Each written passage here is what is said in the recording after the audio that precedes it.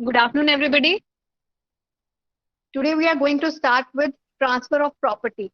It is part of Sale of Goods Act 1930. Transfer of property में we'll look for transfer of property here means transfer of ownership here. Ownership will be transferred by the seller to the buyer. Seller से buyer को transfer होएगी. Ownership के वो documents के through transfer करेगा. It can be through bill of lading या कोई और भी मोड हो सकता है, डॉक्यूमेंट हो सकता है जिसके थ्रू वो ओनरशिप ट्रांसफर करेगा बायर. ठीक है, तो इस पर्टिकुलर चैप्टर में व्हाट विल सी इज कि ट्रांसफर ऑफ प्रॉपर्टी, ओनरशिप कब ट्रांसफर होती है. ठीक है, when it is being transferred. ये क्यों इंपॉर्टेंट है? क्योंकि लॉस कौन बियर करेगा, रिस्क कौन उठाएगा. ठीक है, इंसॉल्वेंसी अगर हो गई बायर या सेलर की तो उस वक्त मालिक कौन है गुड्स का. अगर मालिक बायर है तो फिर वो बायर के ऑफिशियल असाइनी के पास गुड्स मतलब वो मंगवा सकता है, उसकी पोजेशन ले सकता है. ठीक है, क्योंकि वो ओनर है. बस such kind of questions are being there, तो वो सारे इसमें फिर उसके थ्रू आंसर होंगे कि ट्रांसफर ऑफ प्रॉपर्टी के किस वक्त कौन ओनर है. क्योंकि जो मालिक है उसको लॉस बियर करनी पड़ेगी, और जो मालिक है वही अगर कोई केस कुछ करना बनता है तो वो पर्सन ही कर सकता है जो ओनर है. ठीक है, कुछ इसमें लीगल टर्म्स प्रॉपर्टी और पोजेशन हम देखेंगे. ठीक है, प्रॉपर्टी का मतलब हो गया ओनरशिप, पोजेशन का मतलब हो गया बेसिकली वो फिजिकल पोजेशन.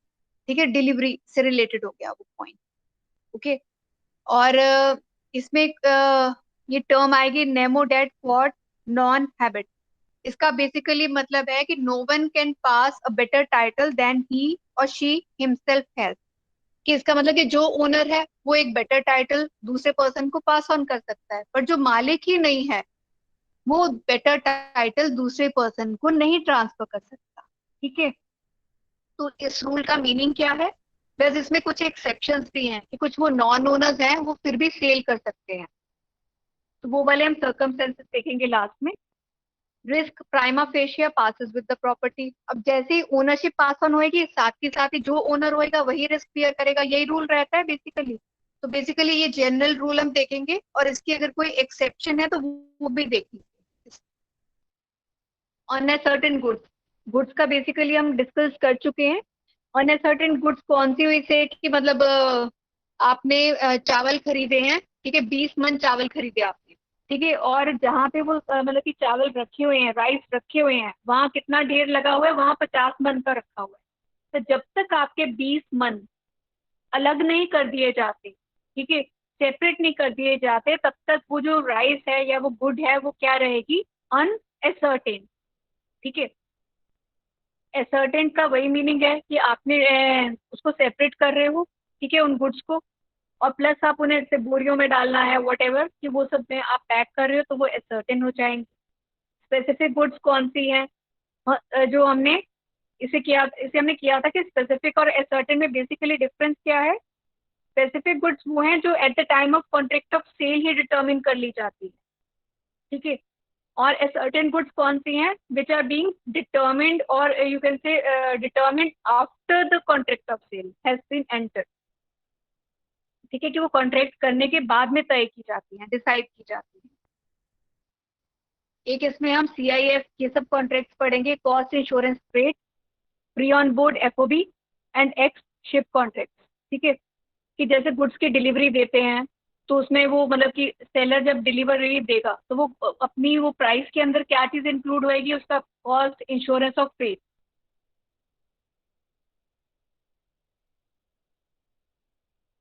का मतलब हो गया कि जो उसको डिलीवरी करने के लिए ढोआ ढुआई के लिए चार्जेस वो पे कर रहा है, तो that is called as freight charge. So this we are going to cover today. Learning outcomes I will not discuss because it has been discuss, same ही है. ठीक है, अब इंपॉर्टेंस क्या है ट्रांसफर ऑफ ओनरशिप का? ठीक है, ये contract of sale basically 2 stages में परफॉर्म किया जाता है. ठीक है, is perform in 2 interrelated stages with respect to the goods which form the subject matter of contract of sale. 2 stages इसकी रहेंगी. पहली रहेगी पोजेशन और दूसरी रहेगी प्रॉपर्टी. ठीक है, फर्स्ट स्टेज क्या है? Transfer of possession of goods, की पोजेशन को ट्रांसफर करना. पोजेशन मतलब हो गया एक तरह से डिलीवरी. ठीक है, गुड्स की डिलीवरी देना. दूसरा है ओनरशिप को ट्रांसफर करना, transfer of ownership of goods or property in goods from the seller to buyer. So these are the two interrelated stages जिसमें ये कॉन्ट्रैक्ट को फॉर्म होगा कि डिलीवरी देना प्लस उसकी ओनरशिप को भी ट्रांसफर करना गुड्स की, ठीक है, किसके द्वारा, सेलर के द्वारा, किसको, टू द बायर। अब इसमें ये क्वेश्चन है कि भाई ओनरशिप किस वक्त, किस मोमेंट पे, हाँ किस टाइम पे ट्रांसफर हो रही है, ये हम क्यों पढ़ना चाह रहे हैं, ठीक है, इसका इंपॉर्टेंस क्या है। The question is to when ownership passes from the seller to the buyer is important for following reason. क्या रीजंस हैं, क्योंकि इससे हमें पता चलेगा कि रिस्क ऑफ लॉस कौन उठाएगा।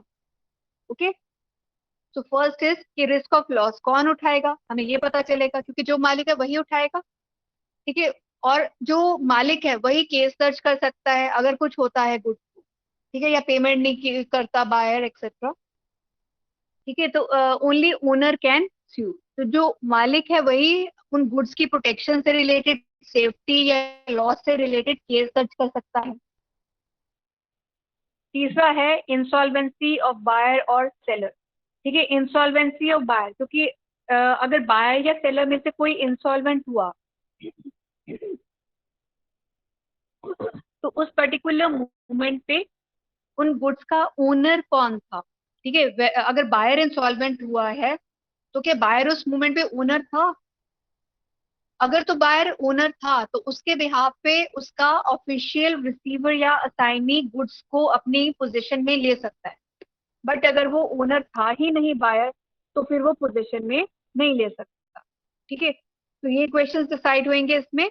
और चौथा क्या पॉइंट है इसके अंदर, सूट फॉर प्राइस, कि इसमें जो मतलब कि जिस मोमेंट पे ट्रांसफर हो रही है ओनरशिप, ठीक है, तो उसमें मतलब ये कि जो पर्सन ओनर है ओनली दैट पर्सन मतलब कैन फाइल, सेलर ने से ओनरशिप ट्रांसफर कर दी और बायर ने उसकी पेमेंट नहीं की, then in that particular case क्योंकि बायर को ओनरशिप ट्रांसफर करनी थी, हो चुकी है, he is suppose to pay the price, ठीक है, तो जो भी प्राइस के लिए भी केस करना है कि that will be decided by, कि वो उससे डिसाइड होगा कि ओनरशिप ट्रांसफर हुई है सेलर से बायर को या नहीं हुई है। अब है certain categories of goods also,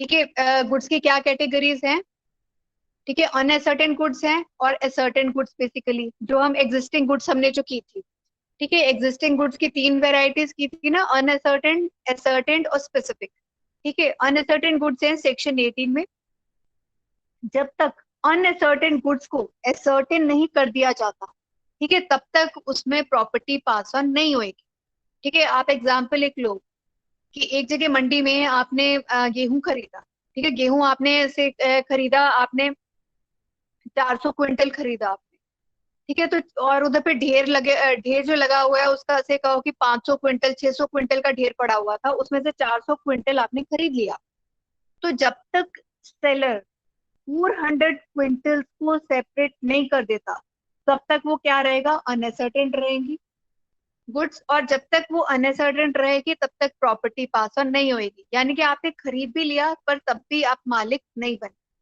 मतलब कि प्रॉपर्टी कब पास ऑन होएगी, मालिक आप कब बनोगे, जब वो आपके 400 क्विंटल को सेपरेट कर देगा सेलर, ठीक है, उस मोमेंट पे ओनरशिप ट्रांसफर हो जाएगी from the seller to the buyer. Okay, in case of ascertain goods में इमिडिएटली ट्रांसफर हो जाएगी अगर वो डिलीवरेबल स्टेट पे है, ठीक है, अब से चावल उसे सेपरेट कर दिए, अगर चावलों को मतलब कि उनको बोरियों में डाल के पैक करके भेजना है ताकि वो डिलीवर की जा सके, तो जब तक बोरी में डाल नहीं देते प्रॉपर, ठीक है, वो डिलीवरेबल स्टेट में नहीं आ जाती तब तक प्रॉपर्टी पास ऑन नहीं हो, ठीक है, जब वो उसे डिलीवरेबल स्टेट में कर दिया तब वो प्रॉपर्टी पास ऑन हो जाएगी, ओनरशिप पास ऑन हो जाएगी। Is it okay?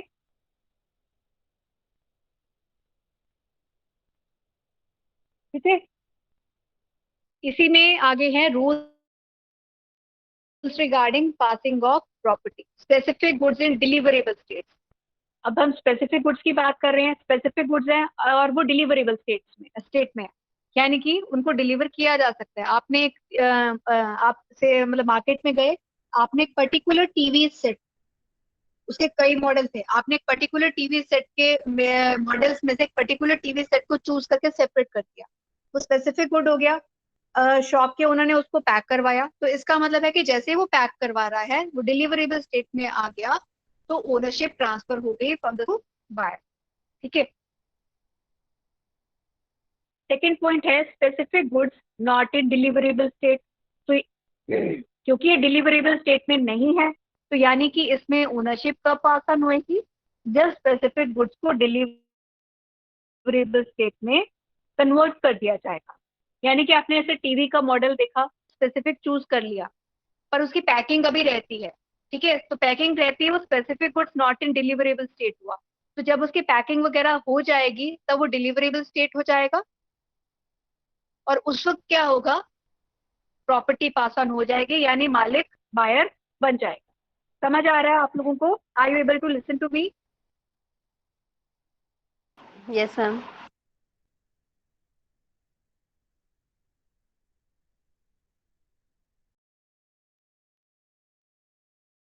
The voice is audible student? Third point in this is, हाँ जी दिव्या आवाज आ रही है?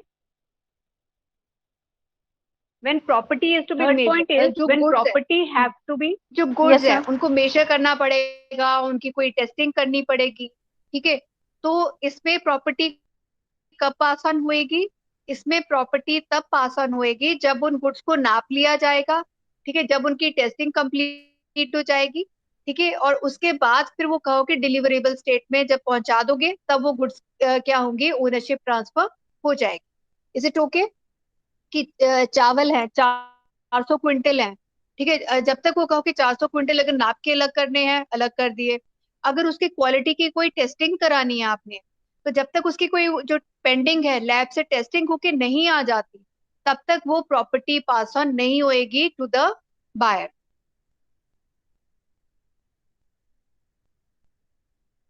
Fourth point in this is uncertain goods and its appropriation. Uncertain goods का क्या मतलब है कि जैसे आपको बताया कि चावल आप खरीदने लगे हो, गेहूं खरीदने लगे हो, तो उसका ढेर पड़ा हुआ है मंडी में। ठीक है, ऐसे मतलब कि 600 क्विंटल पड़ा हुआ है, तो 600 क्विंटल में से आपने 400 क्विंटल खरीदा, वो पहले तो अनअसर्टेन 600 क्विंटल है, तो इसका मतलब अनअसर्टेन है। ठीक है, जब उसमें से 400 क्विंटल सेपरेट कर दिया, यानी कि अप्रोप्रिएट कर दिया आपके लिए, असाइन कर दिया, सेपरेट कर दिया, और उसके बाद अगर उसे बोरियों बोरियों में डालना बनता है, बोरियों में पैक करके आपने लेके जाना है एक्सेट्रा, तो ऐसा कर दिया, तब उस पर्टिकुलर मोमेंट पे ओनरशिप ट्रांसफर होएगी, उससे पहले ओनरशिप ट्रांसफर नहीं होएगी। यानी कि उससे पहले ओनर कौन है, सेलर ही है। ओके, फिफ्थ पॉइंट इसके अंदर है गुड सेंट ऑन अप्रूवल। ठीक है, इसमें गुड्स को आपने अप्रूवल के लिए भेजा, आपने इसे किसी कोई सामान है वो डायरेक्टली सेल नहीं कर रहे हो, वो पर्सन उसकी टेस्टिंग मतलब कि उसको अप्रूव करेगा तभी वो सेल में कन्वर्ट होएगा। तो इस केस में क्या है कि जब तक वो पर्सन को आपने वो सेंट ऑन अप्रूवल भेजा और उस पर्सन ने से आपको अगर एक्सेप्टेंस कन्वे कर दी, तो जिस मोमेंट पे उसने एक्सेप्टेंस कन्वे की तभी प्रॉपर्टी पास ऑन हो जाएगी उसको, क्योंकि डिलीवर तो आप कर चुके हो। ठीक है, सेकेंडली है कि अगर उस पर्सन ने आपको एक्सेप्टेंस कन्वे नहीं की, ना रिजेक्शन कन्वे की, पर उसने क्या किया कि जो भी सामान आपने भेजा था उसको इस्तेमाल करना शुरू कर दिया, आपने 2 दिन का उसे टाइम दिया था। ठीक है, लेकिन उसने क्या किया कि 2 दिन से ज्यादा हो गया, उसने सामान रिटर्न भी नहीं किया और यूज करना शुरू कर दिया बिफोर 2 डेज, तो इसका मतलब है कि उसने उसे अप्रूव कर लिया, और अप्रूव कर लिया इसका मतलब प्रॉपर्टी पास ऑन हो गई। ठीक है, तीसरे में स्पेसिफिकली क्या ऑप्शन हो सकती है कि वो गुड्स को जो आपने अप्रूवल के लिए भेजी थी उसको उसने रिटर्न कर दिया, अगर रिटर्न कर दिया फिर तो पासिंग ऑफ प्रॉपर्टी का क्वेश्चन ही नहीं है। ठीक है, फिर तो सेलर ही ओनर है। बट अगर वो गुड्स को इस्तेमाल करना शुरू कर दे, या वो स्पेसिफिकली एक्सेप्टेंस अपनी कन्वे कर रहा है, अप्रूवल कन्वे कर रहा है बायर, तो उस पर्टिकुलर मोमेंट पे बायर ओनर बन जाएगा। Is it okay? फाइन। ठीक है, इसी में है पासिंग ऑफ रिस्क। अब रिस्क किसके पास रहेगा, रिस्क रहेगा ओनर के पास। ठीक है, अब जनरल रूल तो यही है कि जो मालिक है वही रिस्क बियर करेगा, इसका मतलब जो मालिक नहीं है वो रिस्क क्यों बियर करेगा। ठीक है, ऑपोजिट हम देखें। ठीक है, तो सेक्शन 26 के हिसाब से क्या है, जनरल रूल क्या है, that risk prima fascia passes with the property, कि जैसे ही प्रॉपर्टी पास ऑन हो रही है, ओनरशिप ट्रांसफर हो रही है, तो prima fascia means on the face of it. ठीक है, तो मतलब यही है कि फिर रिस्क भी पास ऑन हो जाएगा। It provides that subject to a contract between the parties, the goods remain at the seller's risk until the property therein has passed to the buyer. इसका क्या मतलब है कि जब तक वो गुड्स जो है, मतलब उसमें प्रॉपर्टी बायर को पास ऑन नहीं हुई है, until the property therein has passed to the buyer, तो वो किसके रिस्क पे रहेंगी, सेलर के रिस्क पे रहेंगी। क्यों रहेंगी, क्योंकि सेलर मालिक है।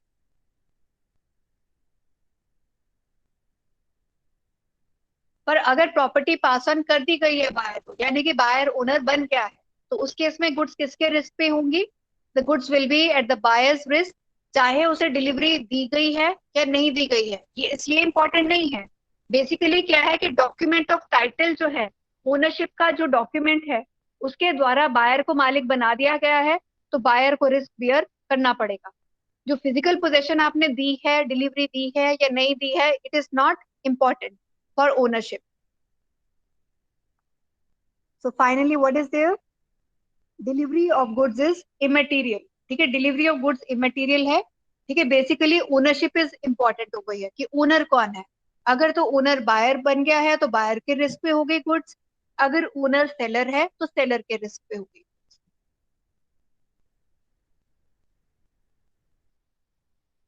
ठीक है, जर्नल रूल तो हमने देख ही लिया। जर्नल रूल क्या है कि रिस्क पासेस विद प्रॉपर्टी, पर इसकी कुछ मतलब एक्सेप्शन है, अनलेस अदरवाइज एग्रीड। ठीक है, प्रॉपर्टी वैसे इसमें कब पास ऑन होएगी, जब गुड्स क्या हो जाएंगी, असर्टेंड हो जाएंगी। Contract is made for sale of specific goods in deliverable state, जैसे ही वो स्पेसिफिक गुड्स डिलीवरेबल स्टेट है, साथ के साथ बायर ओनर बन जाएगा। When whatever needs to be done to put specific goods in deliverable state is done, उस moment पे पास ऑन हो जाएगी। ठीक है, कि अगर स्पेसिफिक गुड्स है, उसकी पैकिंग करनी रह गई है, उसको डिलीवरेबल स्टेट में पहुंचाने के लिए पैकिंग कर दी, बायर ओनर बन जाएगा।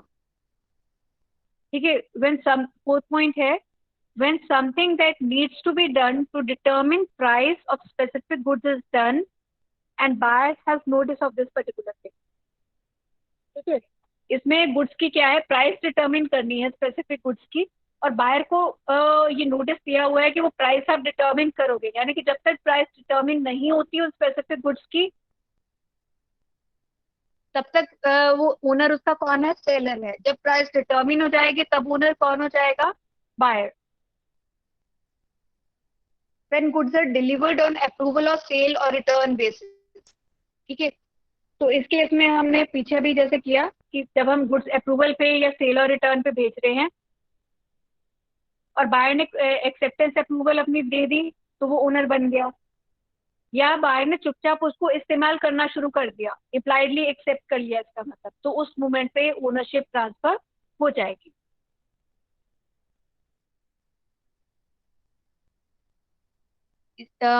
एक इसमें जो रूल है nemo dat quod non habet, उसको डिस्कस करेंगे हम। जर्नल रूल क्या है, only the owner of goods can transfer a good title, कि जो गुड्स का मालिक है, सामान का मालिक है, ठीक है, वही अच्छा टाइटल, मतलब वही ओनरशिप आगे ट्रांसफर कर सकता है। जिसके खुद के पास ओनरशिप नहीं है वो कैसे ट्रांसफर कर देगा किसी को ownership. Okay, so no one can give a better title than he himself has. This rule is expressed by the maxim, क्या मैक्सिम है, nemo dat quod non habet, which means that no one can give what he himself has not। ठीक है, कि कोई भी वो चीज नहीं दे सकता जो उसके पास नहीं है। इसी में दिया हुआ है, इफ द सेलर, अगर सेलर का टाइटल है ही नहीं, सेलर जो पर्सन बेच रहा है उसके पास टाइटल ही नहीं है, यानी कि वो ओनर नहीं है, या उसका जो टाइटल है डिफेक्टिव है, यानी कि जो मतलब कि ओनरशिप है उसमें मतलब कोई इश्यूज है, प्रॉब्लम्स है, कि उसके पास क्लीन टाइटल नहीं है, तो उस केस में अगर वो आगे चीज बायर को बेच रहा है तो बायर का टाइटल भी क्या होगा, खराब हो जाएगा. The buyer's title will be equally wanting on defective as the case may be, though he may be a purchaser for value. ठीक है, चाहे बायर उसकी कीमत देके पूरी अदा कर रहा है, लेकिन अगर सेलर का टाइटल ही खराब है तो बायर का टाइटल भी खराब ही होगा. ओके, इसमें एक एग्जांपल दिया हुआ है कि एक ए पर्सन है, उसे एक रिंग मिली. ठीक है, A finds the ring of B. A को बी की रिंग मिली. ठीक है, अब finder of lost goods type का एग्जांपल हो गया. ठीक है, और उसने क्या किया, वो जो रिंग थी, अंगूठी थी, वो बेच दी थर्ड पर्सन को. उसने उसके बदले में उसकी अंगूठी की कीमत दे दी. ठीक है, और गुड फेथ में उसने खरीदी. उसे नहीं पता कि भाई ए मालिक है या नहीं है. जो ट्रू ओनर था बी, हाँ, वो इस केस में क्या कर सकता है, he can recover from that person for A having no title could not pass none the better. अगर बी चाहे तो वो अपनी रिंग वापस वो थर्ड पर्सन से रिकवर कर सकता है, क्योंकि ए के पास अच्छा टाइटल है ही नहीं उसे ट्रांसफर करने के लिए, because A is not the owner. ठीक है,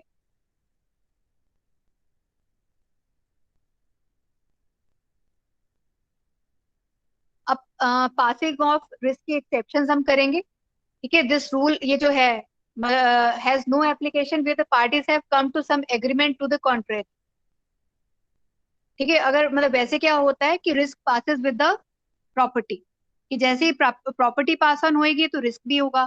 बट अगर पार्टीज ने कुछ इसके अगेंस्ट डिसाइड कर लिया है, कॉन्ट्रेरी, मतलब उन्होंने ये किया है कि ठीक है कि ओनरशिप ट्रांसफर हो जाएगी. ठीक है, लेकिन जब तक से सामान सेलर की कस्टडी में है तब तक सेलर ही उसका से रिस्क बियर करेगा. अगर उन्होंने ऐसा एग्रीमेंट लिखित में साइन कर लिया है तो उस केस में फिर वो रिस्क कौन बियर करेगा, सेलर ही बियर करेगा, जब तक कि वो डिलीवरी नहीं दे देता. But this is an exception. ठीक है, the rule has no application where the delivery has been. अब इस रूल की मतलब जो पासिंग ऑफ रिस्क है, वैसे हम कहते हैं कि प्रॉपर्टी के साथ रिस्क पास ऑन होगा, पर इस रूल की एप्लीकेशन कहाँ पे और नहीं है, जहां पे डिलीवरी में देरी कर दी गई, डिलीवरी में डिले किया गया, और डिले करने के पीछे किसकी गलती थी, या तो बायर की गलती थी या सेलर की गलती थी. तो अब इसमें जिसकी भी गलती है, वो इसमें कहो कि जो गुड्स हैं जिसकी गलती थी, goods will be at the risk of the person who is in fault. तो जिसकी गलती है उसके रिस्क पे फिर गुड्स वो चलेंगी आगे. ठीक है, clear about this. Yes, In ma'am. such a case, the goods are at the risk of the party in fault as regards any loss which might not have occurred but for such fault. यही जो rule है, it does not affect the rights and liabilities of seller और buyer as bailee of goods for the other even when the risk is pass. ठीक है, risk चाहे pass on हो गया है दूसरी पार्टी को. ठीक है, इसे बायर ने सेलर को पास ऑन, सेलर ने बायर को रिस्क पास ऑन कर दिया, यानी कि बायर ओनर बन गया, पर से सेलर के पास अभी वो गुड्स के ने सेलर ने अभी डिलीवरी नहीं दिया. तो गुड्स किसके पास पड़ी हुई है, गुड्स पड़ी हुई है सेलर के पास, उसकी पोजीशन में है. तो उस केस में अब सेलर का रोल क्या हो जाएगा, वो बन जाएगा बेली. किसका बेली बन जाएगा, बायर का. बायर बन जाएगा बेलर और सेलर बन जाएगा बेली. और फिर सेलर को उन गुड्स की देखभाल ऐसे ही करनी है जैसे कि बेली करता है. ठीक है, चाहे वो रिस्क पास ऑन कर चुका है, but still the seller has to take good care of things which are being kept with him on behalf of the buyer. ठीक है, now we'll differentiate between transfer of property and transfer of and possession.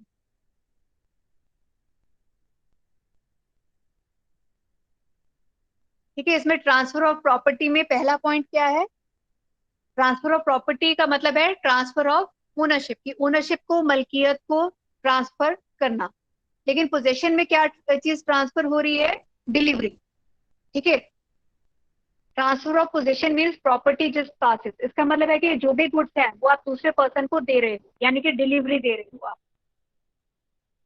Second point जो है transfer of property में क्या है, risk of loss. Risk of loss कौन bear करेगा, जो मालिक है. ठीक है, risk of loss also passes with ownership to buyer. ठीक है, जैसे ही प्रॉपर्टी पास ऑन हो जाएगी तो रिस्क भी पास ऑन हो जाएगा बायर को.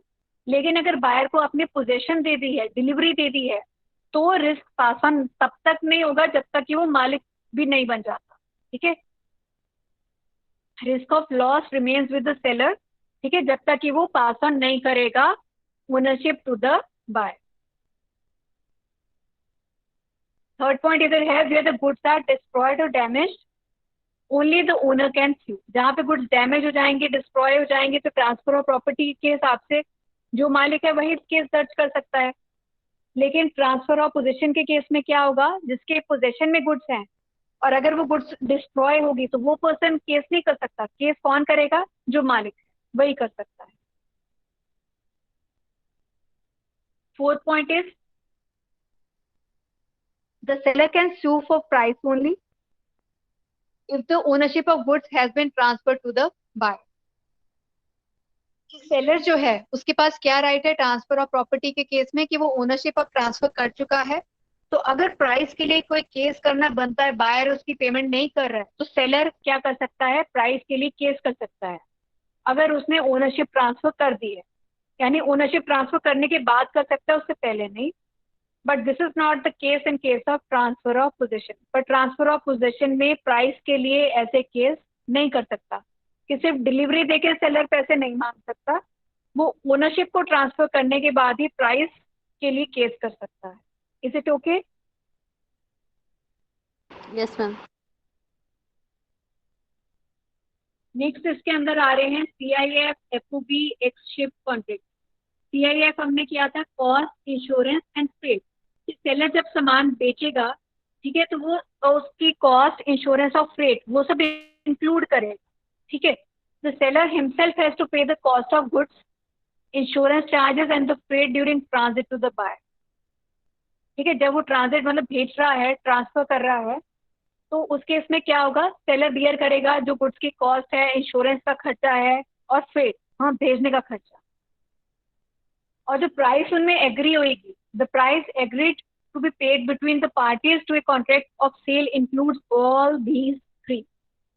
और सेलर जो है, जो चार्ज करेगा बायर से प्राइस, उसके अंदर ये तीनों चीज भी इंक्लूड होगी, कॉस्ट ऑफ गुड्स भी होगी, इंश्योरेंस का खर्चा भी और फ्रेट का। तो इस केस में क्या होगा, it is a contract of sale of insured goods. तो इस केस में गुड्स कैसे भेजे जा रहे हैं, इंश्योरेंस करवा के, to be perform by delivering the documents representing the goods. तो इस केस में जो इंश्योर्ड गुड्स भेजी जा रही हैं उसका डॉक्यूमेंट जो है कि वो डिलीवर कर दिया जाएगा to the buyer. The property in goods under such a contract it passes from seller to buyer as soon as the goods are ship. इसका मतलब है कि जैसे जैसे ही गुड्स शिप कर दी जाएंगी, यानी कि अगर तो शिप के द्वारा भेजनी है तो शिप में रखती गई, तो जैसे ही आपने शिप में ये गुड्स को लोड कर दिया, या हमने रेलवे से भेजना है रेलवे में लोड कर दिया, ट्रक से भेजना है ट्रक को लोड करवा दिया, वहां रखवा दी, यानी कि शिप हो गई, तो साथ के साथ ही क्या हो जाएगा, बायर इसका ओनर बन जाएगा। ठीक है, इसमें एक्सेप्शन क्या है, unless the seller reserves the right to dispose. अगर अदरवाइज सेलर ने अपने पास राइट रखा है कि नहीं मैं ऐसे ट्रांसफर नहीं करूंगा ओनरशिप, ओनरशिप वो जगह पहुंचने पे ट्रांसफर होगी, देन तब होएगी। बट जनरली क्या होगा, जैसे सामान लोड होगा, ये इंश्योर गुड्स जिनका इंश्योरेंस किया हुआ है, जैसे सामान लोड कर दिया जाएगा ट्रक में, शिप में, रेलवे में, जहां पे भी है कि रखवा दिया जाएगा, साथ के साथ ही ओनरशिप बायर को ट्रांसफर हो जाएगी। Is it okay?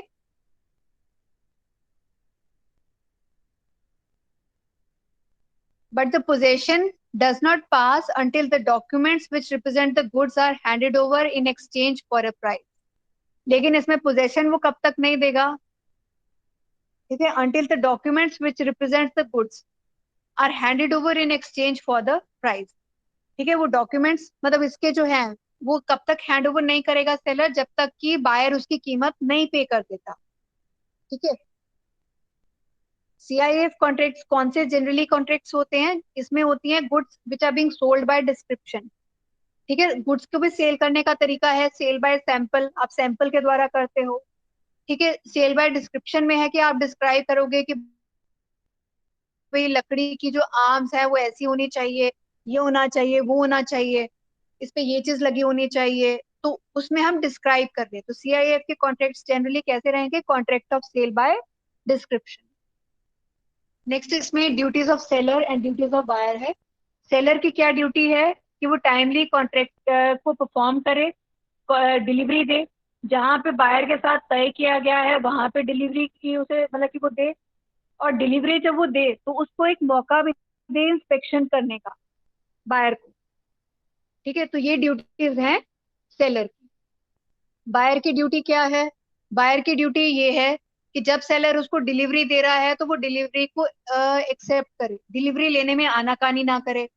ठीक है, और अगर डिलीवरी जब उसे सेलर ने दी है, हाँ, और सेलर ने उसे रिक्वेस्ट की कि आप इसे इंस्पेक्ट कर लो, ठीक है, अगर बायर ने इंस्पेक्शन उसकी कर ली और उसके बाद मतलब उस वक्त उसने कुछ नहीं बोला और बाद में वो कहता है कि गुड्स डिफेक्टिव थी, तो इस केस में वो फिर ये बात नहीं कह सकता।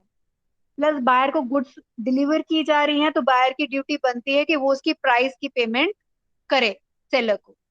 Is it okay? Yes ma'am. Next है फ्री ऑन बोर्ड। ठीक है, इसमें सेलर क्या करेगा? Seller puts the goods on board a ship at his own expense for carriage to buyer. ठीक है, सेलर जो है सामान वो मतलब कि कहो शिप कर देगा अपने खर्चे पे, ठीक है, बायर के पास भेजने के लिए। और इस केस में thereupon the delivery is complete and the property in goods pass on to the buyer. तो जैसे वो इसमें सामान रख रहा है, डिलीवरी किसको मतलब कंप्लीट मानी जा रही है और प्रॉपर्टी पास ऑन हो रही है बायर को। लेकिन इसमें क्या है? इंश्योरेंस ने गुड्स का करवाया हुआ।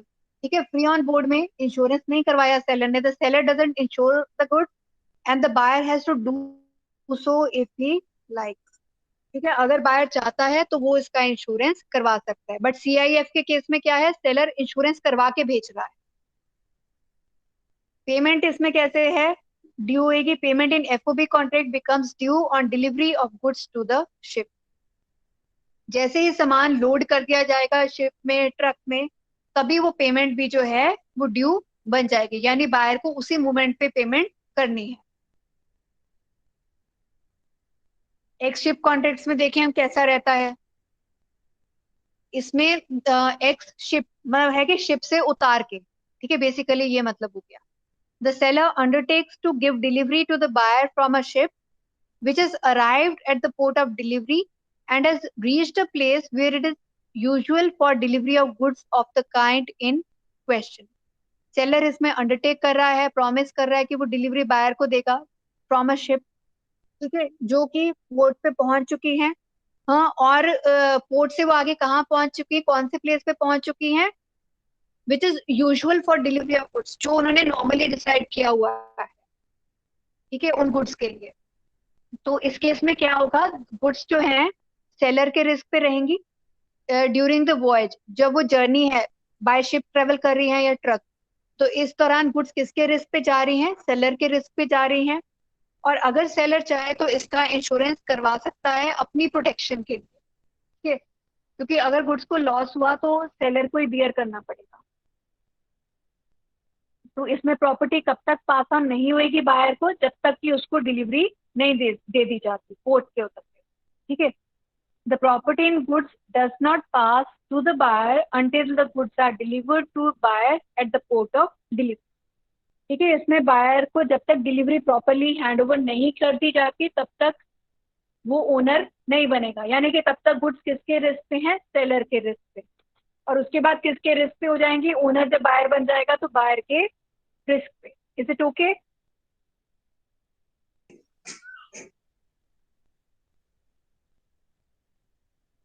This we have done. ठीक है, अगला है सेल बाय नॉन ओनर, जो हमने पढ़ा था नेमो पॉड नॉन हैबिट वाला जो रूल पढ़ा था, ठीक है, उसकी क्या एक्सेप्शन है वो हम देखेंगे। ठीक है, कि कहाँ पे सेल बाय नॉन ओनर्स हो सकती है, कि कोई पर्सन मालिक नहीं है बट फिर भी वो चीज बेच सकता है। ठीक है, nemo dat quod non habet rule के एक्सेप्शंस क्या हैं? सबसे पहली है sale by a mercantile agent, section 27। ये जो मर्केंटाइल एजेंट है, एक प्रिंसिपल ने एक एजेंट अपॉइंट किया हुआ है अपने कामों के लिए, और वो एजेंट को उसने इम्प्लाइड अथॉरिटी तो नहीं दी हुई बेचने के लिए, पर एजेंट के पोजीशन में ही गुड्स हैं, एजेंट के पास उसके डॉक्यूमेंट्स भी पड़े हुए हैं, ठीक है, और एजेंट नॉर्मल कोर्स में डीलिंग कर रहा है बायर के साथ, और बायर को नहीं पता है कि भाई एजेंट के पास अथॉरिटी है या नहीं है। अगर ऐसा है तो उस केस में क्या होगा, sale by mercantile agent is valid, ठीक है, वो अलाउड है। सेकेंड पॉइंट क्या है, sale under the implied authority of owner और टाइटल बाय एस्टॉपल सेक्शन 26, ठीक है, इसमें है ओनर की इम्प्लाइड अथॉरिटी, से I am the owner of a particular good, और आप मेरे साथ कोई मेरा फ्रेंड है, ठीक है, और वो फ्रेंड ऐसे प्रिटेंड कर रहा है कि वो उस पर्टिकुलर गुड का ओनर है, ठीक है, और मैंने उसको नहीं रोका, ठीक है, मैंने उसे स्टॉप नहीं किया, तो और उसने मेरे सामने ही वो चीज को बेच दिया, तो इस केस में क्या समझा जाएगा, बाय इम्प्लाइड अथॉरिटी, ठीक है, कि उसको इम्प्लाइड अथॉरिटी है through my conduct, it means I have given him the authority, क्योंकि मैंने उसे रोका भी नहीं एक्सप्रेस, जिसका मतलब मैंने उसे इम्प्लाइड अथॉरिटी दी हुई है कि वो मेरे बिहाफ पे उस चीज को बेच सकता है। Then sale by one of the joint owners, अब एक से एक कार है, उसके तीन मालिक हैं, तीनों उनके जॉइंट मतलब ओनर्स हैं, उसमें से एक कोई भी बेच सकता है, ठीक है, दैट इज अलाउड, ठीक है, तीनों में से कोई भी एक बेचने का राइट है उसके पास, क्योंकि वो वैसे उसका पार्ट ओनर है, पूरा ओनर नहीं है, but still any one of them can sell it. Next point क्या है, sale by a person in possession of goods under a voidable contract section 29, ठीक है, जैसे फ्री कंसेंट के केसेस हैं जहाँ पे वॉइडेबल कॉन्ट्रैक्ट है, ठीक है, इसमें वर्ड है वॉइडेबल कॉन्ट्रैक्ट, ना कि वॉइड एग्रीमेंट, ठीक है, तो वॉइडेबल कॉन्ट्रैक्ट में कि पर्सन ने इसे गुड्स की डिलीवरी कर दी थी, ठीक है, और उसके बाद उसने कॉन्ट्रैक्ट को बाद में जाके अवॉइड किया, बाद में जाके कैंसिल किया, तो वो डिलीवरी कर चुका था, और उस केस में जिसको डिलीवरी हो गई थी उसने इन गुड्स को आगे किसी और को बेच दिया, ठीक है, इन गुड फेथ, और दूसरे पर्सन ने गुड फेथ में उसको खरीद लिया, तो उस केस में sale by non owner is allowed. पर ये जरूर ध्यान रखना कि वॉइड एग्रीमेंट में this is not allowed, it is only allowed under a voidable contract, ठीक है। देन फिफ्थ पॉइंट है sale by a seller in possession after sale section 30 subsection 1, ठीक है, कि सेलर जो है उसके पास डिलीवरी रह गई है, पोजेशन रह गई है आफ्टर सेल, ठीक है, ओनर तो कहो कि कौन बन गया है, owner is buyer, but seller के पास वो गुड्स उसकी पोजेशन में पड़ी हुई थी, उसने वो आगे बेच दी, बट इस केस में क्या कंडीशन है कि जो बायर है, बायर को buyer should buy the things in good faith, good faith में खरीदेगा, उसे ये नहीं मतलब कि वो श्योर हो, उसे ये नहीं पता होगा कि सेलर ओनर है या नहीं है, वो सेलर को ही ओनर मान के खरीदेगा, ठीक है, then it this particular sale is valid. ऐसा ही पॉइंट है sale by a buyer in possession, अब बायर की पोजेशन में गुड्स हैं पर वो ओनरशिप ट्रांसफर नहीं हुई है, तो उस केस में अगर बायर ने गुड्स को सेल कर दिया, और जिसको भी सेल किया है वो पर्टिकुलर जो पर्सन है, but that person should buy the goods in good faith, वो गुड फेथ में उसने चीज खरीदी है, तो उस केस में sale by non owner is okay. Then is sale by unpaid seller, अब सेलर ने चीजें किसको बेच दी, बायर को सेल कर दी, से ओनरशिप भी कई जगह पे ट्रांसफर हो गई या ओनरशिप ट्रांसफर नहीं भी हुई, पर उसके पास पोजेशन है या वो लेन है गुड्स के ऊपर, ठीक है, तो इस केस में जो अनपेड सेलर है वो उन गुड्स को बेच सकता है, ठीक है, उसको ये राइट दिया गया है कि वो गुड्स को रीसेल कर सकता है इन केस बायर उसकी पेमेंट नहीं करता। 8 पॉइंट क्या है, exception under other act section 169 finder of lost goods under Indian contract act 1872, ठीक है, कुछ एक्सेप्शन है, जैसे फाइंडर ऑफ लॉस गुड्स भी सामान को बेच सकता है, पर वो कहाँ पे बेच सकता है, उसमें मतलब सर्टेन थिंग्स आर देयर, कि फाइंडर ऑफ लॉस गुड्स ने काफी कोशिश की, जो उसे सामान मिला से वो पेरिशेबल नेचर का है, यानी कि वो कहो कि एक दिन से ज्यादा, 2 दिन से ज्यादा नहीं टिकेगा, वो चीजें खराब हो जाएंगी, ठीक है, तो चीजें खराब हो जाएंगी तो बिल्कुल ही जीरो हो जाएंगी, तो इसलिए वो उसको जो भी रेट मिल रहा है उस पे वो सेल कर सकता है।